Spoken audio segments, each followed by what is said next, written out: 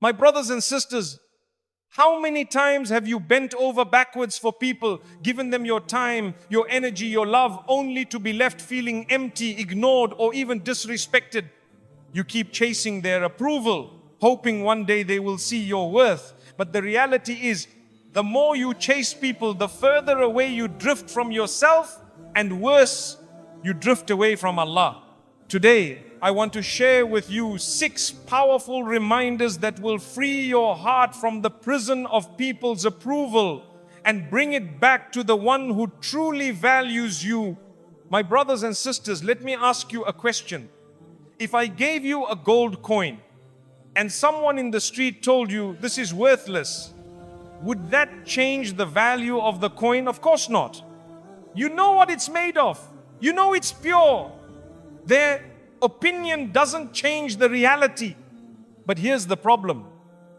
Many of us treat ourselves like we're made of cheap material. We hear one person's insult, one person's rejection, and we start believing we're worth less than we actually are. Why? Because we've given people the power to decide our value. And here's the reality. People are inconsistent. One day they will love you, the next day they will forget you. One day they will praise you in public, the next day they might criticize you behind your back. And sometimes you did nothing wrong, they just changed how they feel.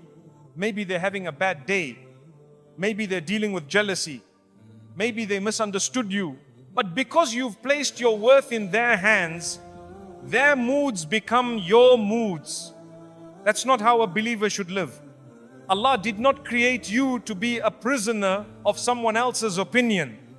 Allah created you with a purpose, with dignity, with honor.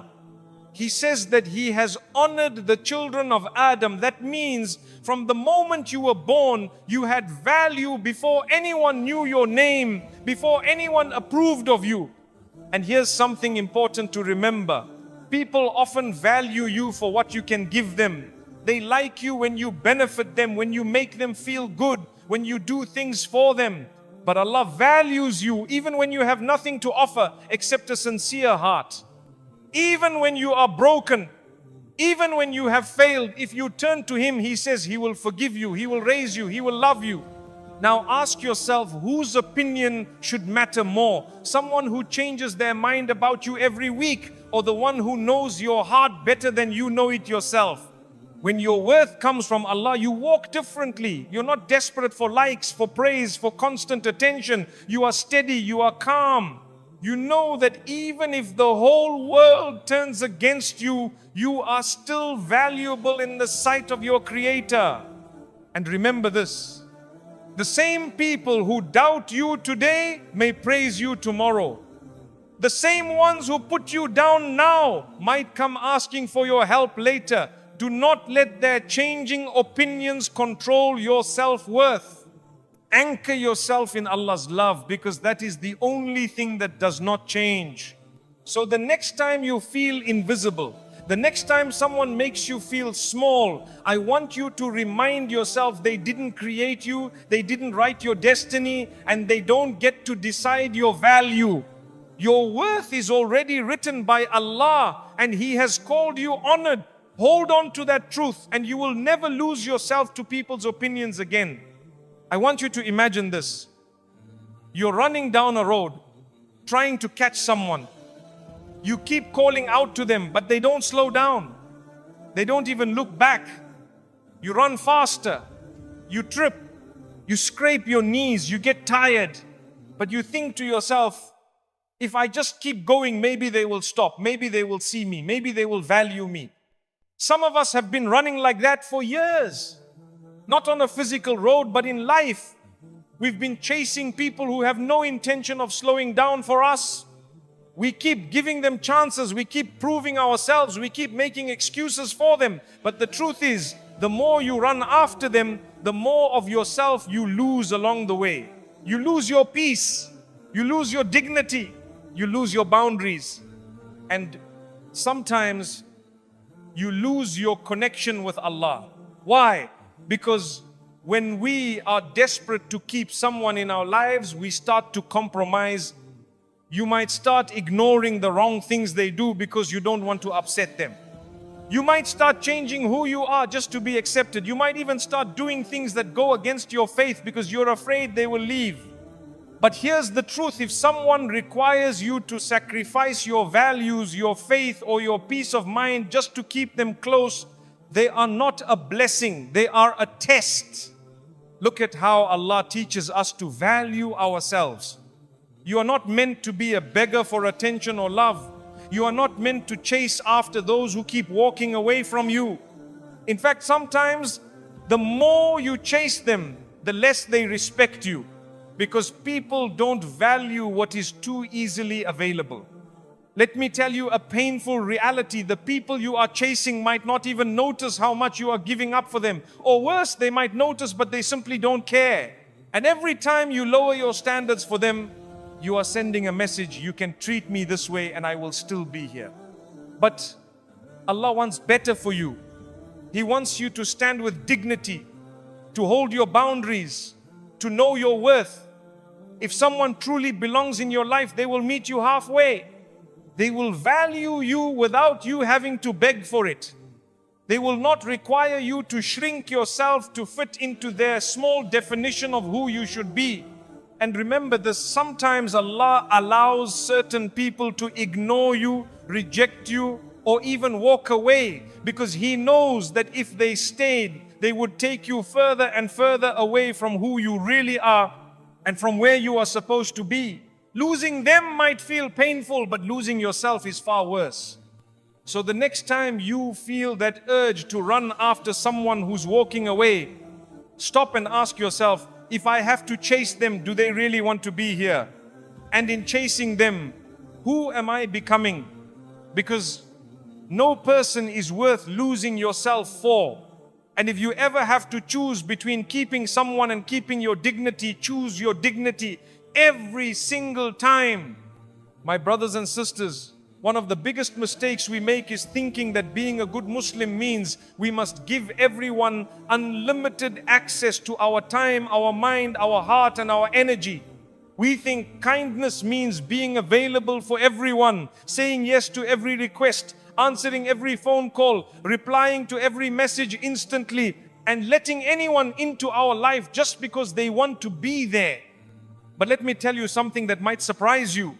Islam teaches kindness, yes, but Islam also teaches wisdom. And wisdom means knowing who to let close and who to keep at a distance. Not everyone who smiles at you wants good for you.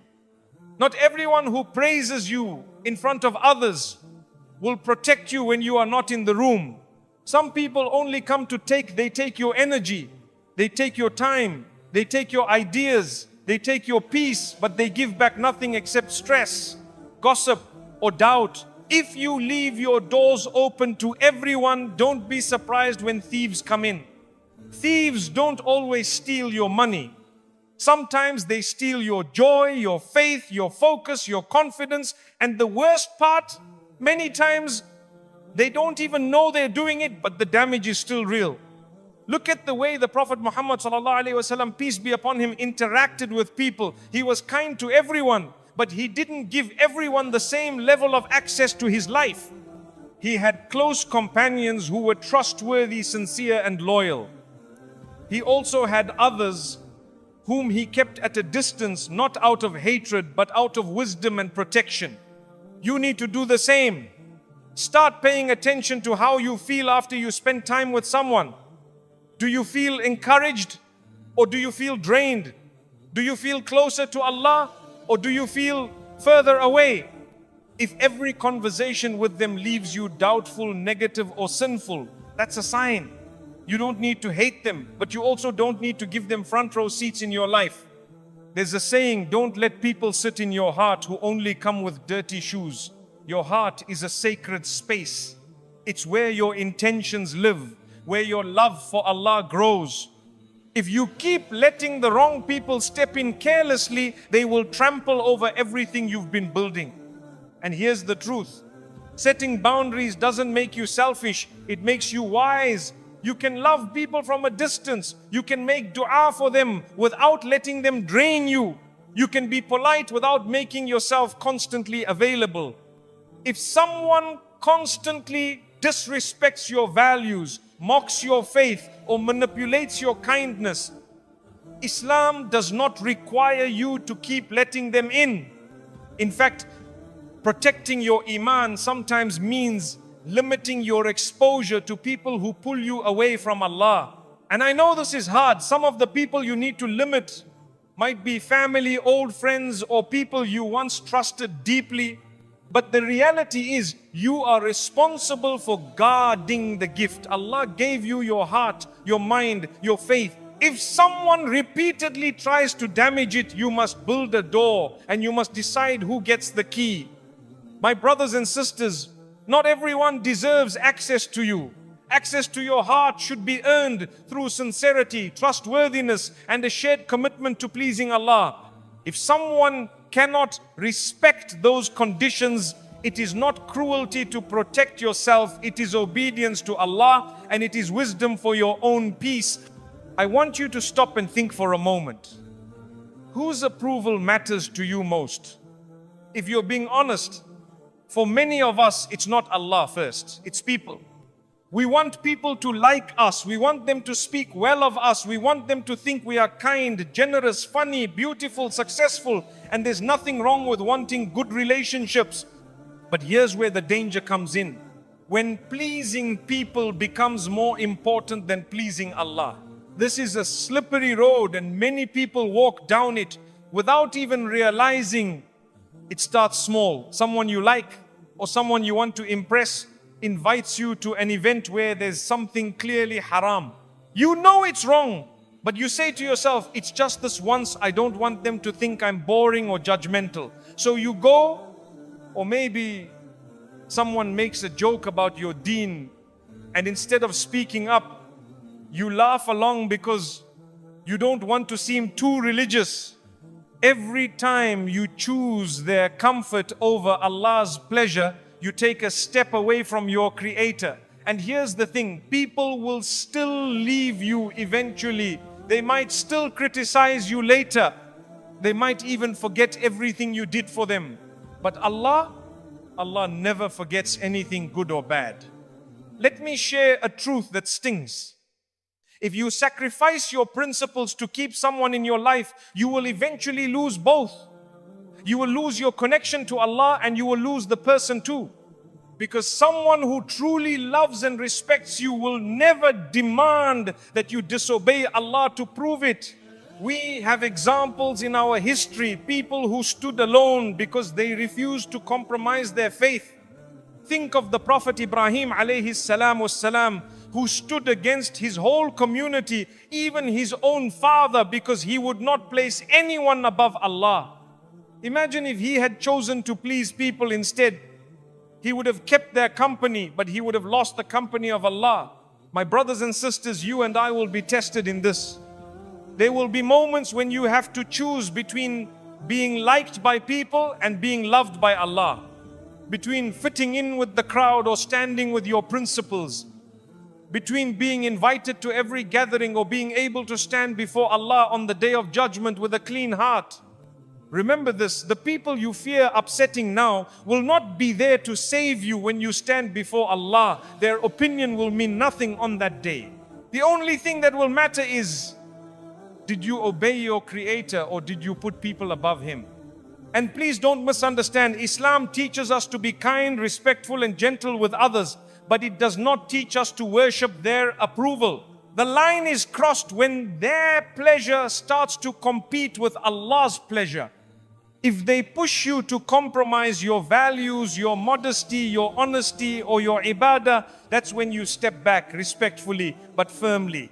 At the end of the day, my brothers and sisters, ask yourself this question. If Allah is pleased with me but the world is not, am I okay with that? Because if the answer is yes, you have freed yourself from the chains of people's opinions. But if the answer is no, then you have some work to do in your heart.